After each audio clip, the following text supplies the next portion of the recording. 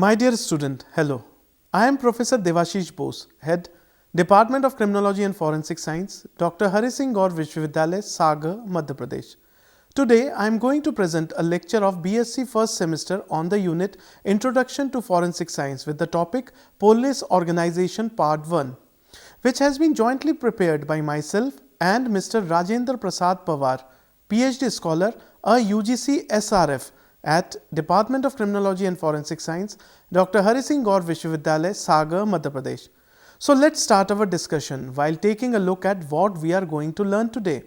Today in Module 1 we will see Introduction to Police Science. Module 2 will be History of Police.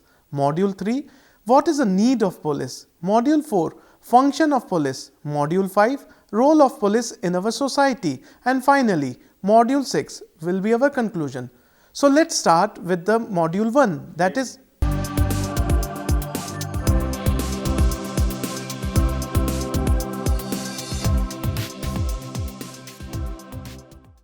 in all societies, organizations were established to protect the life and liberties of people since the dawn of civilization. With the passage of time, complexities in the nature of societies have led to the creation of modern police. In the European context, the term police refers to the force for the city, and with reference to India, police officers were known as Nagarpal, which means protector of the city, and governance based on dharma and danda. Danda Niti was an important ingredient of statecrafts. Manu talked about the prevention and detection of crime and also a system of collecting intelligence during the Vedic period. Vedas refer to different kind of crimes and punishment for the criminals. During the Mauryan and Gupta period, policing was undertaken systematically. Kautilya's Arthashastra gives a vivid picture of the nature of police organization and their functions. During Mughal period, law and order administration was under the charge of Fauzdars. They were assisted by Thanedars who were in charge of police station. He was also responsible for revenue functions. The office of the Kotwal was fairly important as he was the chief of the city police. His function included patrolling the city at night, collection of intelligence, prevention of crime and social abuse, and regulation of jails. Now, during the British period, the police system that existed under the Mughals was allowed to continue with certain reforms to meet the changing needs. The present Indian police system is based on the Police Act of 1861. Under this act, the police was made subordinate to the executive government. Later, several changes were brought about in the structure as well as functioning of the police system. But the basic structure and characteristics as enriched by the Police Act of 1861 continued to dominate over the police system in this country. By the time India attained independence, that was in the year 1947, the police administration has developed into one of the best systems. After independence, the government of India felt that the system was capable of facing new challenge and was also well developed to help the new government to maintain stability. According to Article 246 of the Indian Constitution and Section 3 of the Indian Police Act, the police force is a state subject and not dealt with a central level. Each state government has the responsibility to draw guidelines, rules, and their regulation for their respective police force. These regulations are found in the State Police Manual. A state is divided into administrative police unit. Highest in the hierarchy is the Director General of Police, who is the head of the state police force and is responsible for administration in the police and advising the government on police issue. With the Director General of Police as highest responsible for the state police force, the state is further divided into several zones, ranges and districts. Further, the districts are separated into subdivisions, circles and police station. Each police station is responsible for a particular area which are then divided into beats and assign person into it. The structure of police force can vary slightly from state to state due to organizational and administrative convenience and depending on its area and population. Nevertheless, the structure is overall strictly hierarchical and the decision-making power is centralized with a few higher rank of the police officer.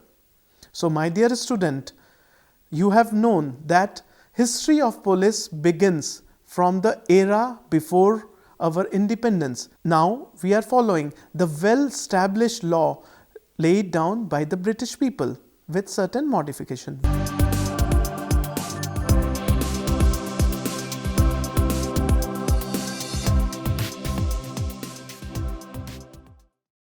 In every phase of history of India, the rulers developed and used the agency, which at present is universally known as the police, in accordance with their needs and circumstances. For the sake of convenience, we may divide the whole process of evolution of the police into three phases, that is, ancient, medieval, and the modern. Ancient India as a law enforcing agency ensuring order. The origin of the police in India can be traced to the earliest Vedic period of Indian history. Can you believe this? The two Vedas, that is the Rig Veda and the Atharva Veda, eloquently mentioned about certain kind of crime and punishment known to Vedic India. The kings in ancient India had their own network of secret intelligence and tried to remain well informed about the nature and incidences of crime and the award of adequate and proportionate punishment to the criminals. We have detailed accounts of police organization and police activities during the Mauryan and the Gupta period. There was no independent police department with exclusive functions of detection and control of crimes, but there exist several agencies pursuing a coordinated policy for the maintenance of law and order in the society. This you might have seen in the epics. Kautilya has recorded full development of police in his Arthashastra yielding system, information about investigation, patterns of crime, punishment, etc. The Arthashastra mentioned that the policing during ancient India was divided into two wings, namely the regular police and the secret police. The regular police consisted of three tiers of officials: the Pradeshta, that is rural, or the Nagaraka, that is the urban, at the top, the rural or the urban Sansthanikas in the middle, and the rural and urban Gopas are at the bottom. In the course of his description of the Pradeshtas or duties, Kautilya tells how an inquest was held in a case of sudden death. This involved a post-mortem examination of the body as well as thorough police investigation. And Manu Smriti mentions about the art of secret intelligence prevalent in ancient period for the prevention and detection of crime. The instructions prescribed for the king to detect offences with the help of soldiers and spies in Manu Smriti and mention of informants and investigating officer in Katyayana Smriti also suggest that an agency like modern police existed during that period to assist the king in his administration of justice. The police stations of today originate from the ancient Sthanikas. Manu recommended that police stations or maybe the police pickets should be established, one being intended for 2, 3, 5 or several of collection of villages. A person who was appointed by the king to detect commission of offence was called Suchaka, that is investigating officer. The special responsibility of the king in the matter of controlling crimes, detection of crimes and punishing the offenders has been stressed in Manu Smriti. According to it, persons who commit offence or who conspire to commit offence are generally found in assembly houses, hotels, brothels, gambling houses, etc. And therefore, the king must post soldiers and spies for patrolling such places and in order to keep away thieves and antisocial elements. It also permits the king to appoint reformed thieves who were formerly associated with such doubtful elements and through them detect and punish the offenders. During the Gupta period, the police officers were known as Chauradhanarika, as their principal preoccupation was catching the thieves. Some of the important principles pertaining to the police development during ancient India are as under. The information of complainant about the offence committed by any individual could be made by any citizen and not necessary by the person injured or his relative. The person who on his own accord detected commission of offence and reported to the king was known as Stobhaka, that is, informant. He was entitled to remuneration from the king for giving first information. Perjury, that is, the act of giving false evidence, was considered a serious offence, and therefore punishment was prescribed for it also. The entire wealth of the person who cited a false witness out of greed would be confiscated by the king, and in addition he would be externed. Failure of duty towards society was taken very seriously, so any person who failed to render assistance according to his ability in the prevention of crime would be banished with his goods and chattel. Double punishment was prescribed for those who fall to give assistance to one calling for help through they happen to be on the spot, or who run away after being approached for help. Right of self-defense existed during ancient India also. A person could slay without hesitation an assassin who approached him with murderous intent or criminal intent. By killing an assassin, the slayers committed no offence. A person had a right to oppose and kill another not only in self-defense but also in defense of a woman or a weak person who were not in a position to defend themselves against a murderous or violent attack. Offences and misconduct conducted by police officers, jail superintendents, and other public servants were taken very seriously, and severe punishment were prescribed. Medieval India. Though a few Hindu kingdoms existed during the medieval period, the country was mostly dominated by the Mughal rulers. The king, who was known as Sultan or Emperor, was assisted by his minister. The rulers during the medieval period emphasized the importance of administration of criminal justice and introduced reforms to improve the judicial machinery. The Kotwals were the key police officers in those times. So, the normal duties of the Kotwal and his men included patrolling the thoroughfares at night, guarding vantage points, maintenance of records of all arrivals and departure of strangers, and other routine functions. The Kotwal was a very powerful man who had to be present at all royal darbars. He acted as the chief of the city police, as a magistrate, and as a municipal officer. His major police functions were to arrange the watch and ward of street, to post men at places of public gathering, to look out for pickpocketers and mischievous elements, to control distillation and sale of liquor, to look after prison, and also to execute royal sentence. The Shikadars, who had up till now power corresponding to those of Kotwals, were given magisterial powers within the Parganas. Police regulations were drawn up for the first time in India.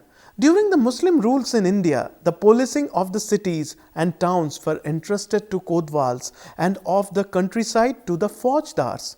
Judiciary and police were placed under the Chief Sardar and Chief Qazi, both offices being held usually by the same person. The Mughals had established the Kotwali system in the cities and the Chaukidari system in the villages. The institution of Kotwal came to an end with the crushing of the 1857, the First War of Freedom against the British. The last Kotwal of Delhi was appointed just before the First War of Freedom by Mr. Gangadhar Nehru, the grandfather of Pandit Jawaharlal Nehru, India's first Prime Minister, modern India. When the East India Company took over the reins of administration from the Mughals, the law and order situation in the empire was at a very low ebb. They retained the village system but relieved the zamindar of their liability for policing duties. They quite laboriously and indigenously built over a period of time the superstructure of modern police without much disturbing the indigenous police system. The police as it exists today took its actual shape during the British period only. The British rulers in India took a detailed review of the existing criminal justice system, of which the police was an essential component. Sir Warren Hastings could observe the defects and inequalities of the existing system of criminal law and the machinery of criminal justice. Lord Cornwallis was the first British administrator who tried to improve the police system. He appointed a superintendent of police for Calcutta in the year 1791 and thereafter extended the efforts to the Mofusils.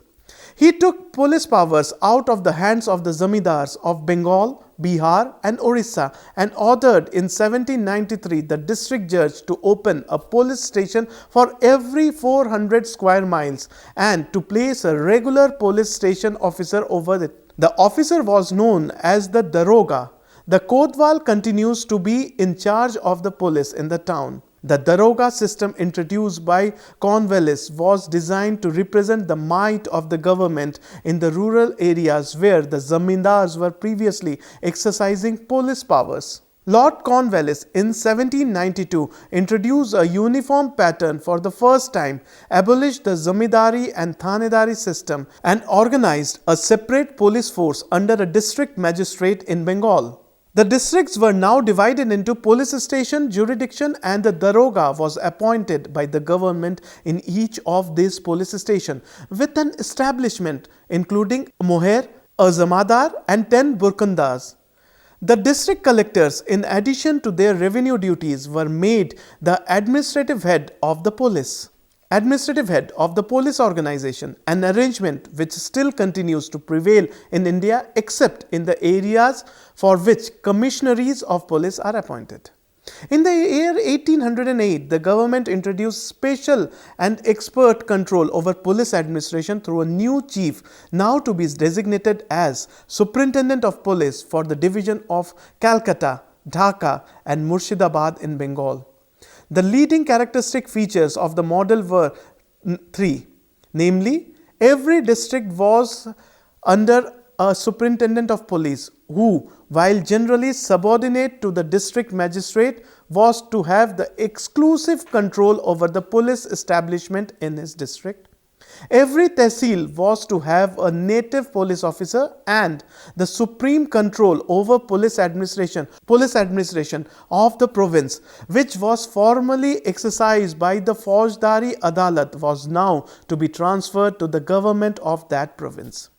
All these major reforms of the major provinces of the country in the pre-mutiny period laid down the foundation of the police organization, which later to forge an identity of its own and grow in stature after the termination of the company's rule on Indian soil.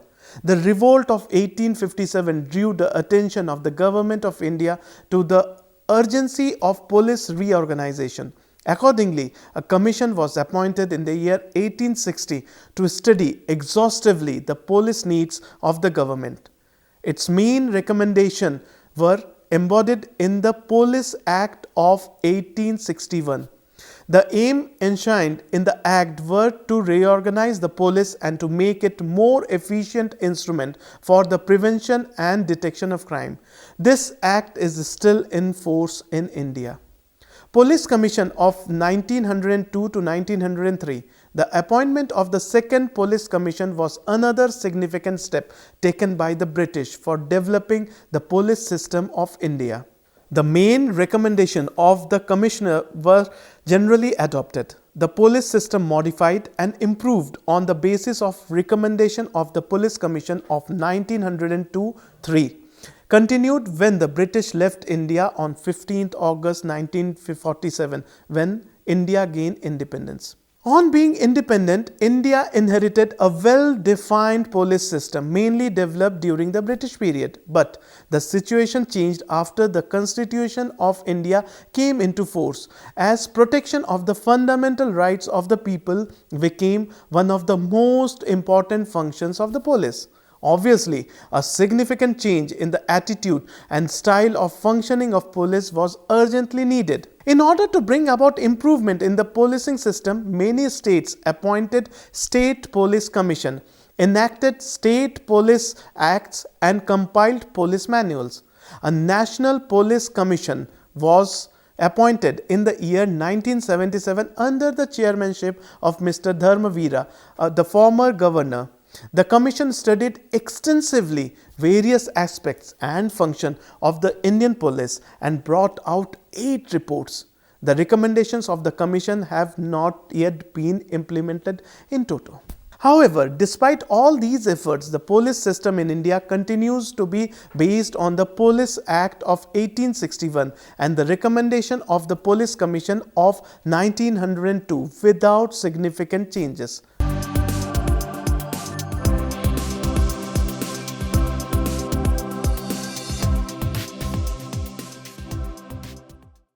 Police services or police personnel are basically needed for maintaining law and order, riot control, crime investigation, response to emergencies, accident, etc., VIP protection and safeguard of women, particularly in public and workplaces, safety of property from illegal grabbing, fraud and economic offence, enforcement of civil laws relating to encroachment, pollution and public nuisance, service-oriented security and law and order arrangement at public places, congestion such as railway station, airports, stadiums, cinema halls, malls or shopping areas, control of terrorist activity and public violence, traffic management for safe and quick travel and commute, free and fair election, limit land and property dispute by quick and correct intervention to remove ambiguity of titles, efficient handling of permission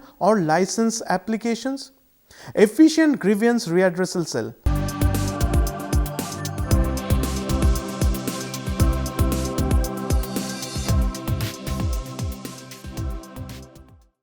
The function of the police is general are to uphold and enforce the law impartially and to protect life, liberty, property, human right and dignity of the members of the public.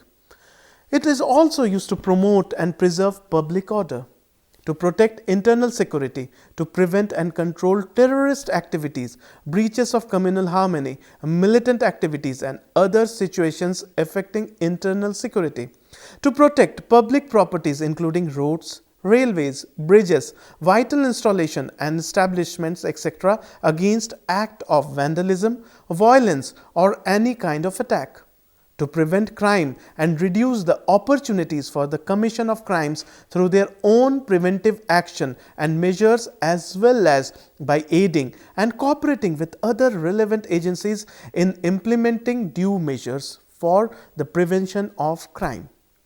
To accurately register all complaints brought to them by a complainant or his representative in person or received by other means and take prompt follow-up action thereon after due acknowledging the receipt of the complaint. To register and investigate all cognizable offences coming to their notice through such complainants or otherwise, duly supplying a copy of the first information report to the complainant and where appropriate to apprehend offenders and extend requisite assistance in the prosecution of offender. To create and maintain a feeling of security in the community and as far as possible prevent conflicts, to provide as first responder all possible help to people in situations arising out of natural or man-made disaster and to provide active assistance in agencies providing relief.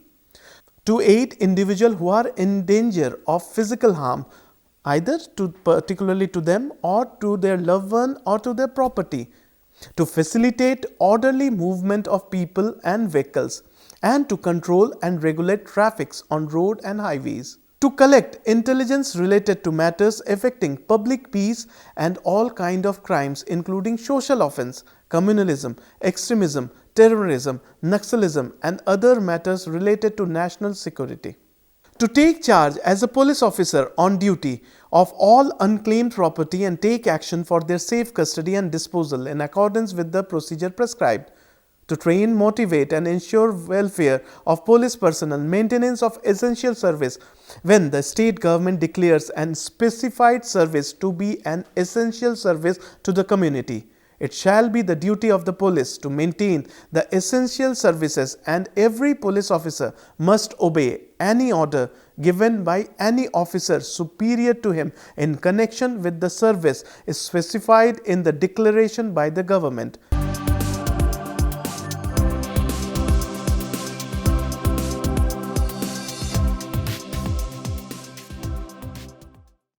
The policeman and the police system plays important role in prevention of crime and maintenance of public order. According to 1861 Act preventing commission of offence and public nuisance, bring offenders to justice, collect information affecting public peace and keep order in all public places, keeping in view the changing political and social scenario. UN Congress Prevention of Crime held in 1970 identified urbanization, industrialization, population growth, internal migration, social mobility and technological changes as the criminogenic factors. Communal tension and other social tension are also the cause of crime, due to which public order gets disturbed and violence break out. The main task of police is to enforce law and order, protect the citizen and safeguard their property. The police have to play a positive role in the scheme of social defense. It can no longer take a restrictive view of their role. In a democratic society like us, the role of police is linked to social service. It is an important area where police has been assigned a positive role in relation of social legislation. These legislation touch upon the lives of the people at countless number of places. This provides various opportunities to serve the people and proves to be a challenge as well. In the changing political context, the police have to function as officers of law rather than an officers of the government or the party in power. According to the National Police Commission set up by the Government of India in the year 1977, the duties and responsibility of the police are to promote and preserve public order, investigate crime, identify problems and situations likely to result in commission of crime, reduce the opportunities for the commission of crime through preventive patrol and other appropriate policing measures, aid and cooperate with other relevant agencies in implementing appropriate measures for the prevention of crime, aid individuals who are in dangers of physical harm, create and maintain a feeling of security in the community, facilitate orderly movement of people and vehicle, counsel and resolve conflicts and promote amity, provide other appropriate service and afford relief to public or people in distress situation, and collect intelligence related to matters affecting public peace and crime, including social and economic offence and national integrity and security. As civilization advances and democracy takes its root, the law of land also changes. Instead of individual fancies, the people or their chosen representative based law making on participation, personalized law are replaced by public laws. In interdependence with other wings of criminal justice system such as judiciary and prosecution, and its interface with various sections and groups in the society have far-reaching implications for the functionary. So, with this, we end Module 5, and I hope you had understand the role of policing and how it evolved in our country from the Vedic period to the modern day policing.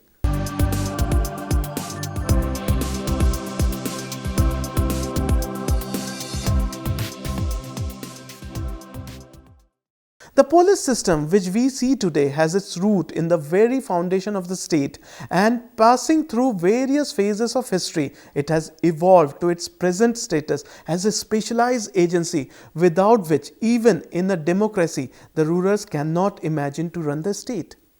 Apart from these all perspectives, there should be implementations in the current police system, like specialization should be encouraged to deal with special crimes and situations.